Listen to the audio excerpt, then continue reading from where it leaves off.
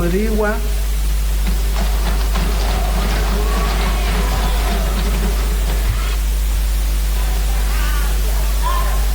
Thank you, Madam Speaker, for giving me the opportunity to debate.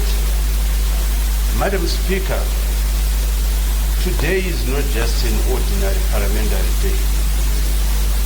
The House, Madam Speaker, is being asked to decide whether we remain faithful custodians of the Constitution of Zimbabwe or whether we become accomplices in dismantling it. I rise, Madam Speaker, to oppose this bill in its entirety. I oppose it, Madam Speaker, because it is unnecessary. I oppose it, Madam Speaker, because it is dangerous. I oppose it because it is anti-democratic. Most importantly, Madam Speaker, I oppose it because it seeks to reverse every democratic gain which we achieved in the 2013 Constitution. Madam Speaker, the Minister of Justice, Honorable Dzivarasekwa, he wants us to believe that this bill is about improving governance. It is not. The Minister asked us to believe that this bill is about constitutional development. It is not. The Minister further asked us to believe that this bill is about national interest. Madam Speaker, I submit it is not.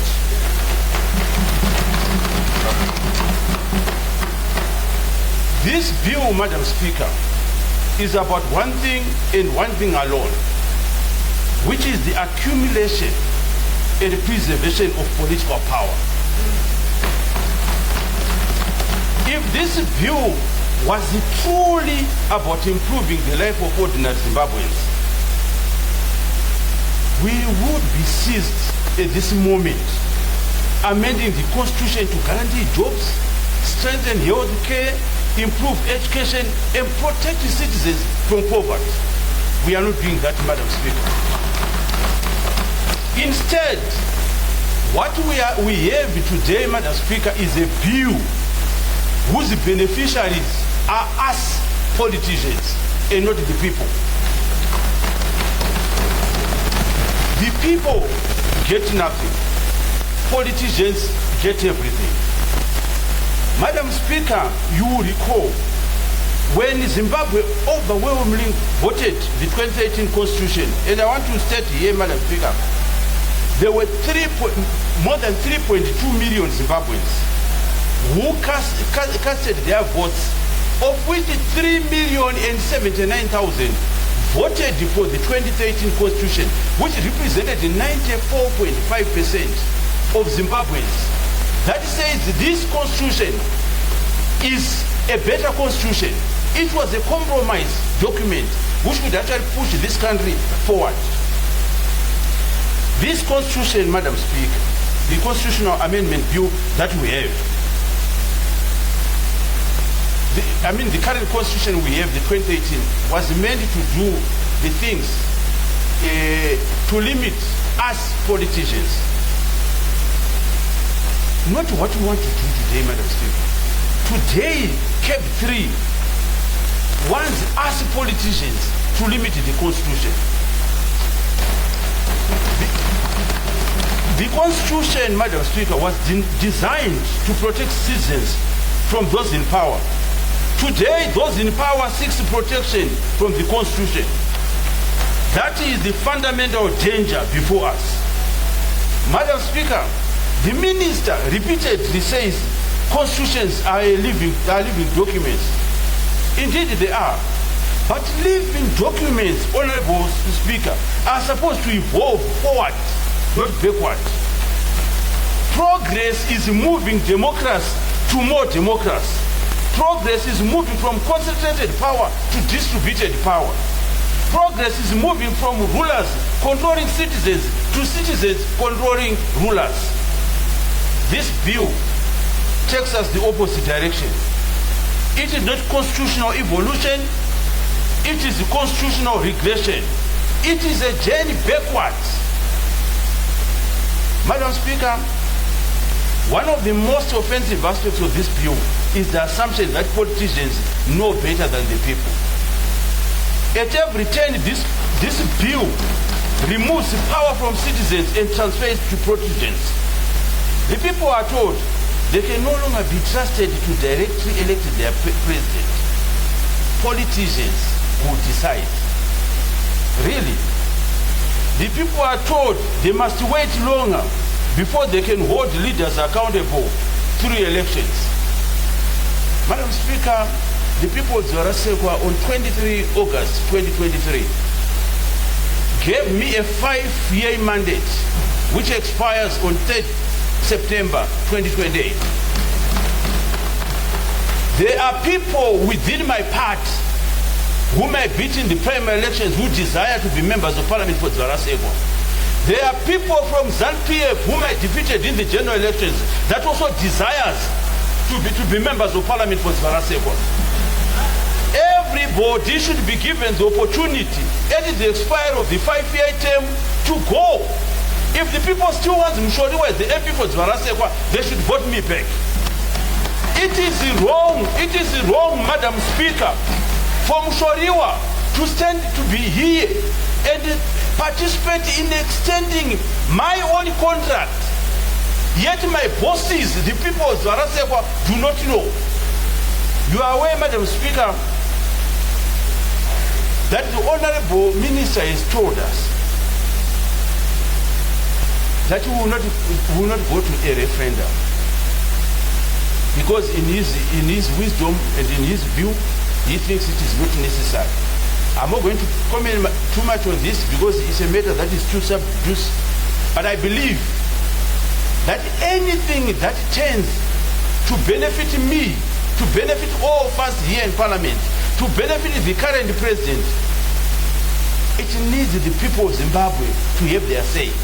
And they can only do that, Madam Speaker, through a referendum. If the people say it's okay, then it is fine. Not the few of us here, the beneficiaries of the people that casted their vote for us, to simply say, no, let's extend our term.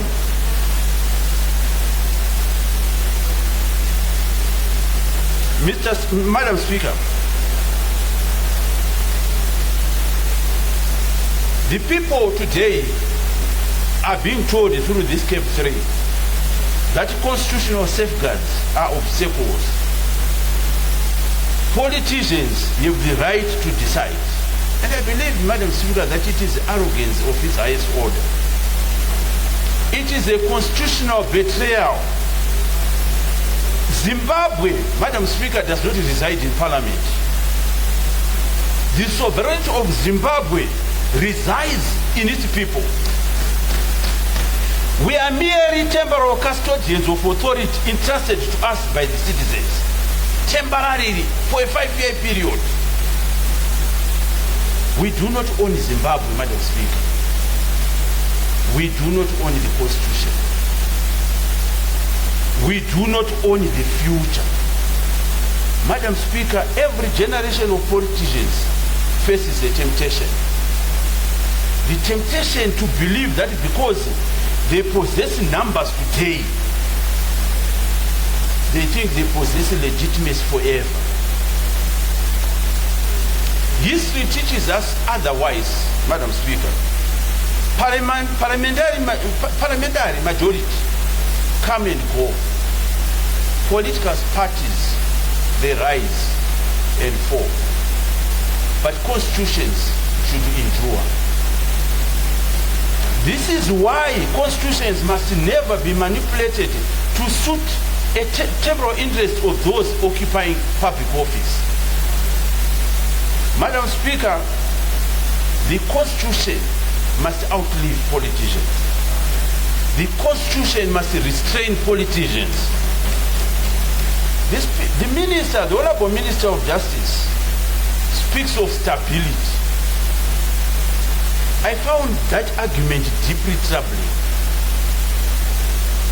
Throughout history, Attacks on democracy have always been justified in the name of stability. The answer to every democratic demand has been, we need stability.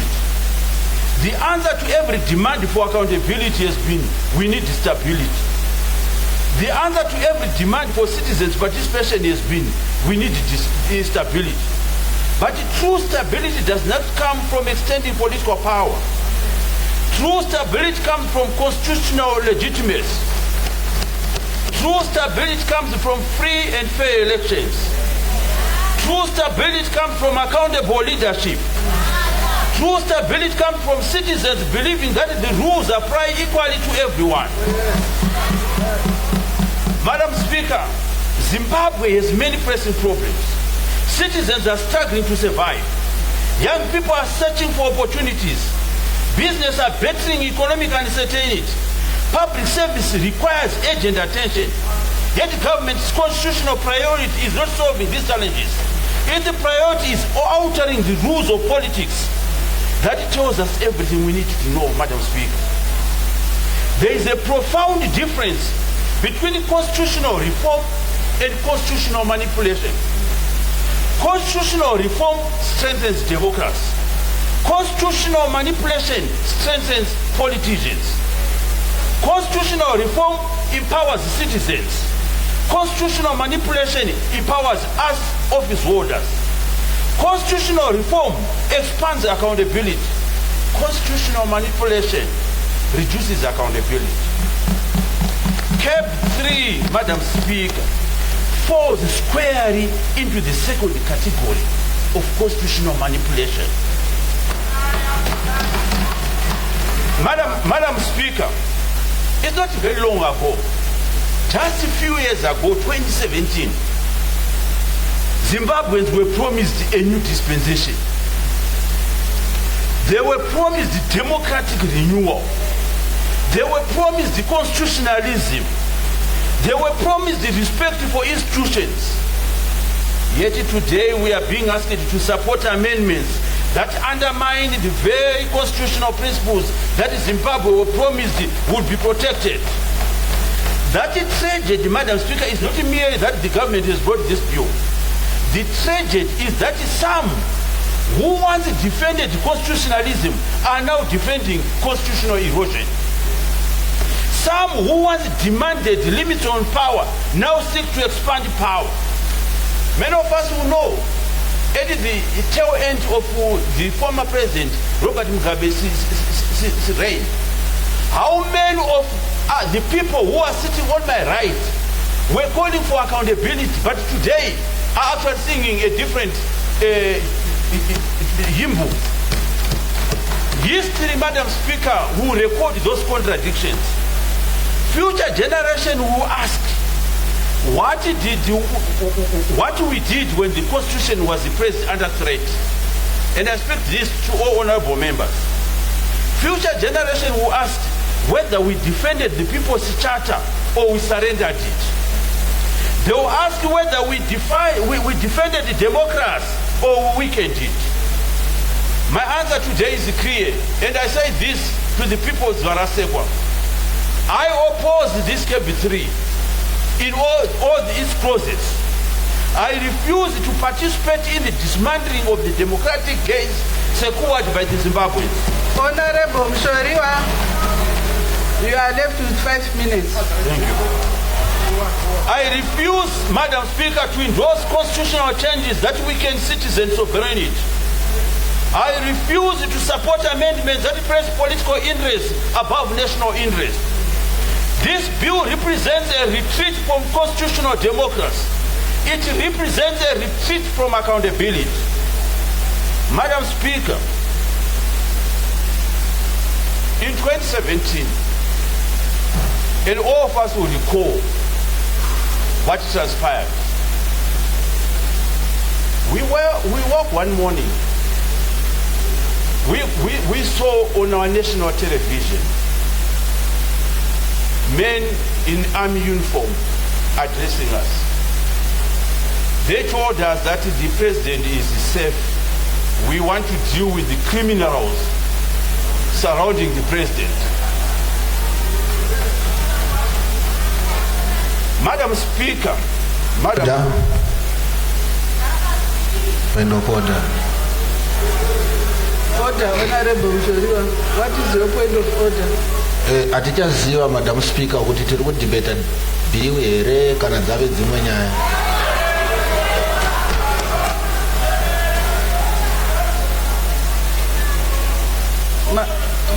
Mazvita Honorable ndizvozvo Honorable Mushoriwa debate bill. Thank you, Madam Speaker. Madam Speaker, I wanted to remind this august house, the second republic, what uttered the second republic, Madam Speaker, started on that day. The expectation of the Zimbabwean people was that never again shall we have the fuel to manipulate the president. I want to tell you this, Madam Speaker, before I sit down. The current president came into the government in 1980. Honorable Mushoriwa, I urge you to debate the bill, not about the current president. No, but Madam Speaker, the bill seeks to extend the tenure of the current president and current parliament. So what I'm actually within my purview, and I just wanted to put this on record, Madam Speaker. Point of order. Order, Honorable Mushoriwa. What is your point of order? Madam Speaker, ma'am, kana munhu asingadi kudya nguruve iye pachake ngatorotwa nesava chenguruve ngaangoregera kuuya 2028 ogara kumba kwake datena.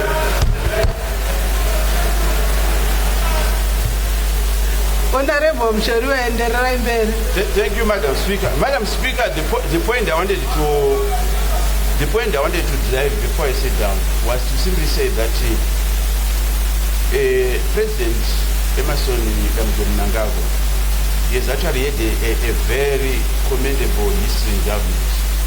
As a minister in various ministries, he has actually had the opportunity to become the Speaker of Parliament in the fifth Parliament. In fact, he was one of the best speakers that Zimbabwe has actually had. Unfortunately, your time is up, Honorable Mushoriwa. Point of privilege. Point of privilege. Point of privilege, Madam Speaker. I have a point of